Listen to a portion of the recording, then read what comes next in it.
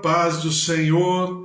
Hoje, dia 12 de novembro de 2020, uma quinta-feira que o Senhor já preparou, que o Senhor já tornou realidade sobre a tua vida, sobre a tua casa, sobre a tua família, em nome de Jesus.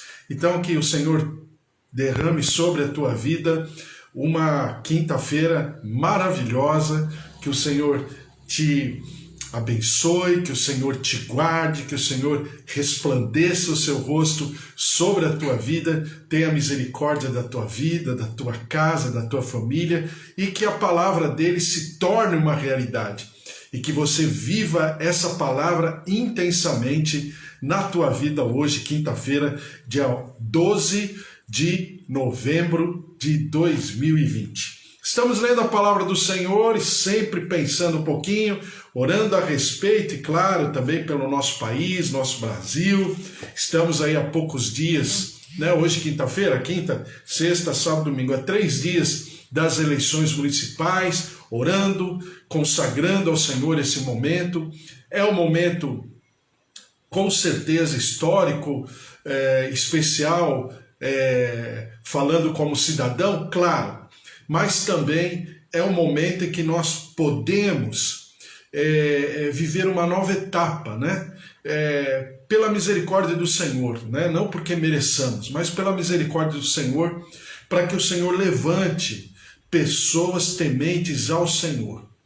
E olha, presta atenção, ser temente ao Senhor nem sempre significa uma placa, né? Uma placa de igreja ou uma linha de raciocínio, se é mais crente, se é mais católico, se é mais pentecostal, se é mais histórico, se é mais neopentecostal. Olha, temente a Deus é temente a Deus. Ser temente a Deus está, desculpe, né? Mas está acima disso tudo. Ser temente a Deus é alguém que prescreve sobre si uma conduta, uma maneira de enxergar o mundo, as relações interpessoais, tudo isso de acordo com a vontade do Senhor, de acordo com aquilo que Deus estabelece. Como o Senhor fala a respeito de Jó, homem íntegro, homem reto, e que se afasta da aparência do mal, né? Um homem que buscava o Senhor a partir e através da sua própria vida, sua casa, sua família, seus filhos, sua esposa. Então essa conduta é que nós temos que buscar e colocar diante do Senhor, para que o Senhor possa referendar ou até sublinhar essas pessoas, e essas pessoas cheguem a esses cargos públicos. Então, só orando, só pela misericórdia do Senhor, porque para que isso aconteça é um conflito de interesse, é um conflito político, é um conflito de partido, é um conflito da questão financeira, material, que sempre, né, nessas horas faz toda a diferença em relação a quem vai se eleger, a propaganda, isso, aquilo. Então nós temos que orar, clamar ao Senhor, porque a Bíblia fala que se nós orarmos pela nossa terra, a nossa terra viverá em paz, e nós também. Bom, vamos ler a palavra do Senhor, Mateus capítulo 6, estamos falando sobre a oração do Pai Nosso. Temos aprendido e desenvolvido a ideia de que a oração do Pai Nosso, na verdade, é a expressão maior de um reino, é a expressão maior de um sentimento, do porquê o reino. Qual a razão do reino? O que significa esse reino de acordo com o seu, vamos chamar assim, promovedor. Quem é? Jesus Cristo, né? João Batista, a Bíblia fala que ele veio preparar o caminho, a voz do que clama no deserto. Ele veio preparar o caminho para aquele que viria, que seria maior do que ele. Aí ele veio. E aí ele com a frase de Jesus com a frase de João Batista, ele começa na mesma linha: arrependei-vos, pois vos está próximo o reino dos céus. Então, nós, a partir dessa lógica dessa frase de impacto é que nós começamos a entender e a incorporar, vivenciar e a desejar esse reino. Um reino que tem uma constituição. Está aqui Mateus 5, Mateus 6 e Mateus 7. Então, quando os discípulos lá em Lucas pedem para Jesus ensinar uma oração, a oração é o ponto máximo, é o ápice do que significa esse reino de maneira real, de maneira prática. Daí, o Senhor Jesus ensinar a oração já naquilo que nós chamamos e dividimos o capítulo 5 e o capítulo 6 entre, né, lei moral e lei religiosa ou prática, aquilo que nós temos que fazer no nosso cotidiano, na nossa vida espiritual, manifestada na nossa vida normal, né, do nosso contexto de vida. Então Jesus coloca essa oração dessa maneira. E aí a oração do Pai Nosso é uma estrutura. Aí você vai falar, é errado ficar recitando ou orando de cor o Pai Nosso? Não, não é errado.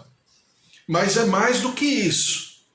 A oração diz respeito exatamente ao sentimento desse rei. Aquilo que o rei vê de importante. E ele valoriza, ele precifica cada ponto que precisa ser observado em relação a esse reino. Como esse reino se comporta? Quem é o Deus desse reino? Como esse rei deseja que nós, como súditos, possamos viver conjuntamente com ele? Então diz a palavra assim: Pai nosso que estás nos céus, santificado seja o teu nome. O Senhor está no céu dos céus. O Senhor ocupa o lugar máximo. O Senhor tem o controle de tudo. Santificado seja o teu nome. Por quê? Porque os profetas dizem, e nós lemos lá em Ezequiel, que o nome do Senhor havia sido apequenado. Pelo Senhor, não, mas pelo seu povo.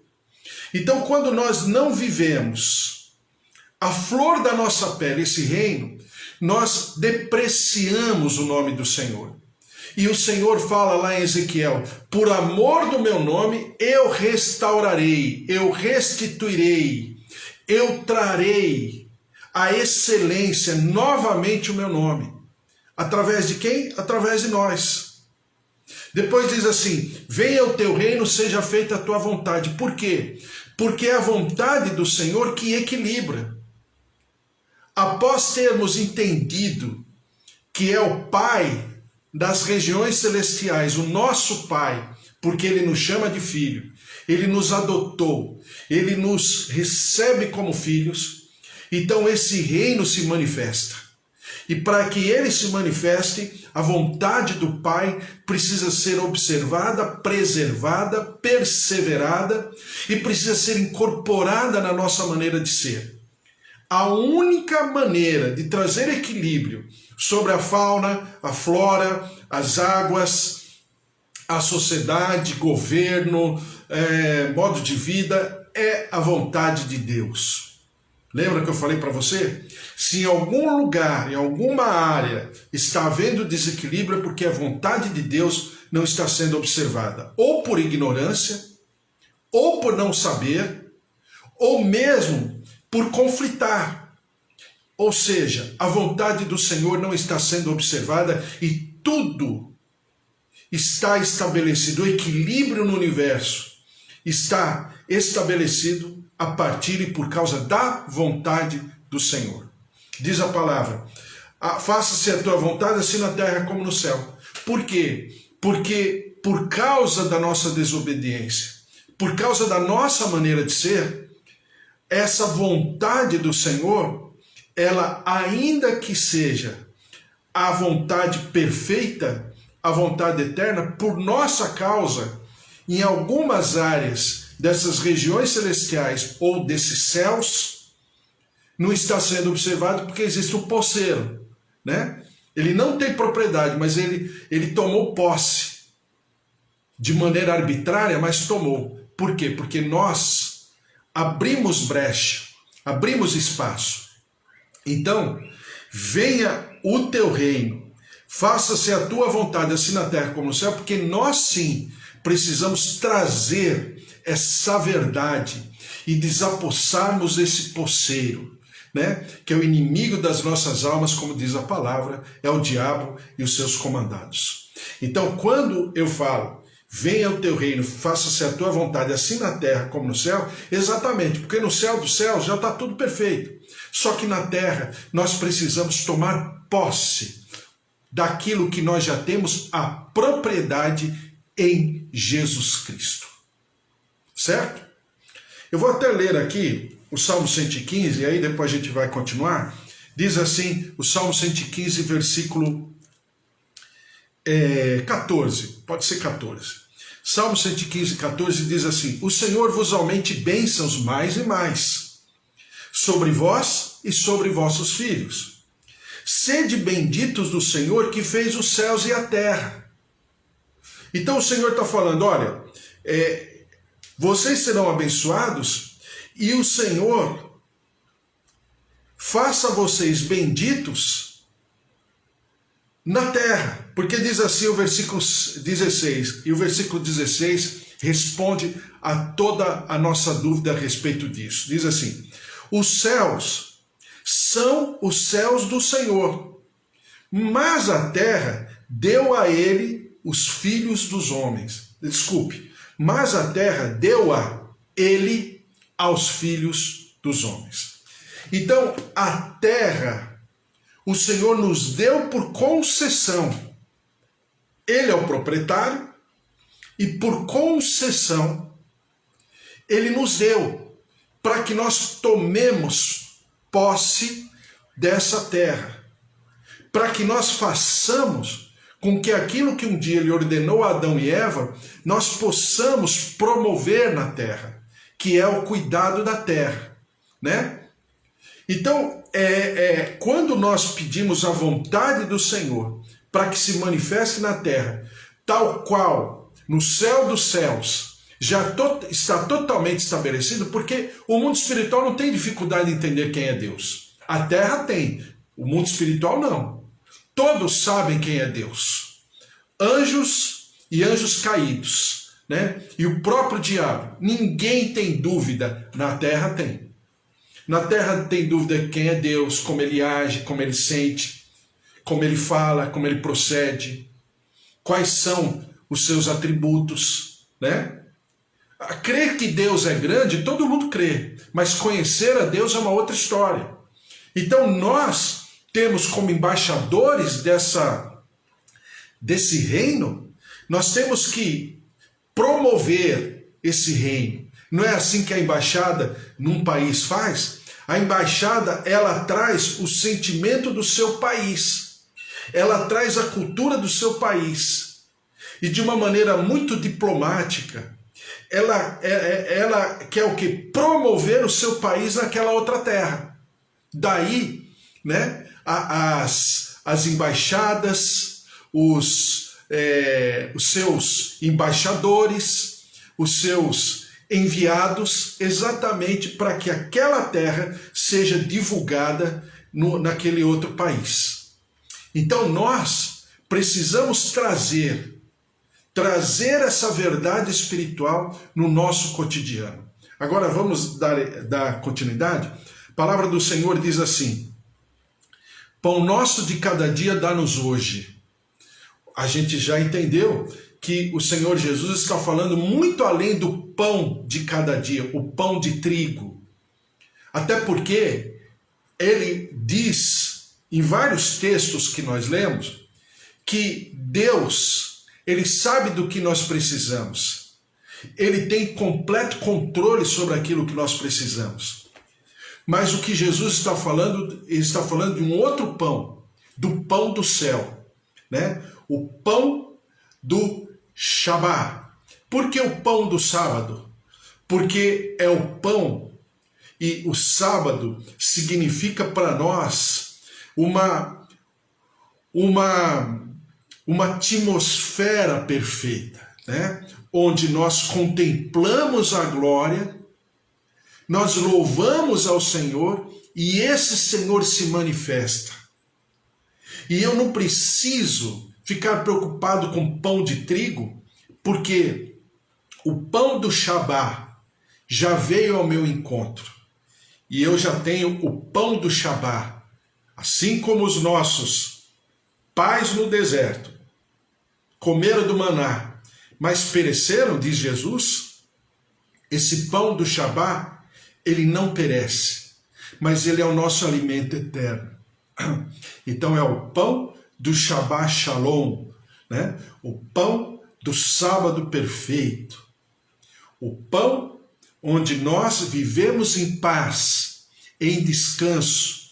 Não é em descanso, num descanso religioso, né? Pontual, de calendário, de agenda. É muito mais do que isso. É um outro tipo de descanso. Sabendo que o Senhor está no controle, entrega o teu caminho ao Senhor, confia nele e o mais ele fará. É esse tipo de descanso, quando diz lá no Salmo 37, descansa no Senhor. Indo em frente, por isso que é bom, né? A gente ir numa linha de raciocínio, lendo, é gostoso, né? Porque as coisas vão ficando mais palatáveis, mais contextualizadas, a gente vai entendendo, é maravilhoso. Diz assim: perdoa-as as nossas dívidas, assim como nós temos perdoado aos nossos devedores. Claro que o Senhor está também, como tudo, ele está pegando a lei, revisitando a lei e levando a lei a um outro patamar. A mesma lei, não é outra lei. Então, fazendo alusão a essa lógica, essa visão de reino, segundo a lente de Jesus, então diz assim: perdoa-nos as nossas dívidas, assim como nós temos perdoado aos nossos devedores. Jesus, e você já entendeu que Mateus, ele pontua muito bem a lei, né? A legislação mosaica. Jesus se refere a que lei? A lei do jubileu. Na lei do jubileu, Levítico 25, eu vou ler só algumas passagens, se você puder depois ler o capítulo inteiro de Levítico 25, diz assim, Levítico 25, 8. Contará 7 semanas de ano, 7 vezes 7 anos, de maneira que os dias das 7 semanas de anos te serão 49 anos. Então, no mês sétimo, aos 10 do mês, farás passar a trombeta vibrante no dia da expiação, fareis passar a trombeta por toda a vossa terra. Santificareis o ano 50º e proclamareis liberdade na terra. E todos os seus moradores, porque é ano do jubileu, e ele vos será, e tornareis cada um a sua possessão e cada um a sua família. Pulando um pouquinho os versículos, eu vou lá para o versículo 23 do capítulo 25 de Levítico. É um texto maravilhoso, é um dos textos mais bonitos da lei. Diz assim: também a terra não venderá em perpetuidade, porque a terra é minha, Deus está falando. Pois vós sois para mim estrangeiros e peregrinos. Lá no versículo 25. Se teu irmão empobrecer e vender alguma parte das suas possessões, então virá o seu resgatador, seu parente, e resgatará o que seu irmão vendeu.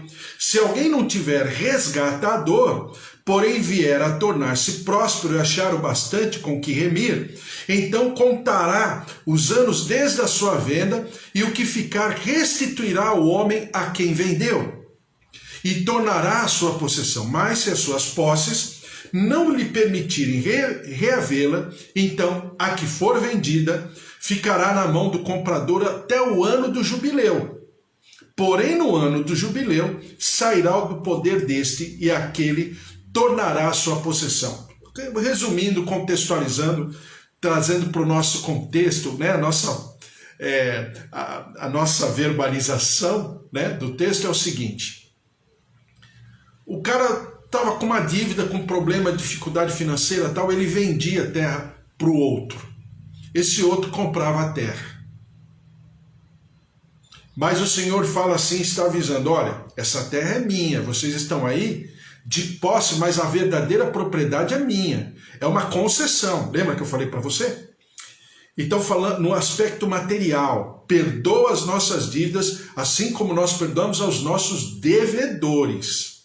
O que Mateus está fazendo? Mateus está fazendo alusão à lei do jubileu. E que lei é essa? Bom, então eu tive que vender a terra por uma questão financeira, material, profissional, enfim, estou sem dinheiro, me desfiz da terra. O cara que comprou, passando 49 anos, ele já precisava ficar atento. Porque no 50º ano, essa propriedade que ele comprou deveria voltar para mim, ainda que eu não tivesse pago toda a dívida. Tá me entendendo? Mesmo que não houvesse resgatador ou remidor, né? Depois você revisita lá o livro de Ruth e você vai entender detalhadamente o que significa resgatador, remidor, aquele que paga a dívida. Jesus é o nosso remidor, Jesus é o nosso resgatador, né? Então, essa pessoa tinha o dever de devolver a terra, porque era o ano do jubileu. O ano do jubileu é o ano do perdão. Sendo o ano do perdão, tudo que era de posse de outros voltaria automaticamente à minha família. Ainda que eu tivesse morrido, essas terras pertenceriam aos meus filhos, aos meus netos, aos meus bisnetos, não importa. Mas voltaria ao, vamos chamar assim, a concessão de origem, ao posseiro de origem, que era eu. Mesmo que eu não tivesse condição, mesmo que os meus filhos não tivessem condição de pagar a terra, devolver o dinheiro, né, que entre aspas, fosse de direito de quem comprou, isso aí deveria ser voltado para mim automaticamente, sem discussão. Então, quando Jesus está fazendo alusão ao perdão de dívidas, Jesus está falando que agora o rei é o resgatador e que nós devemos perdoar as nossas dívidas,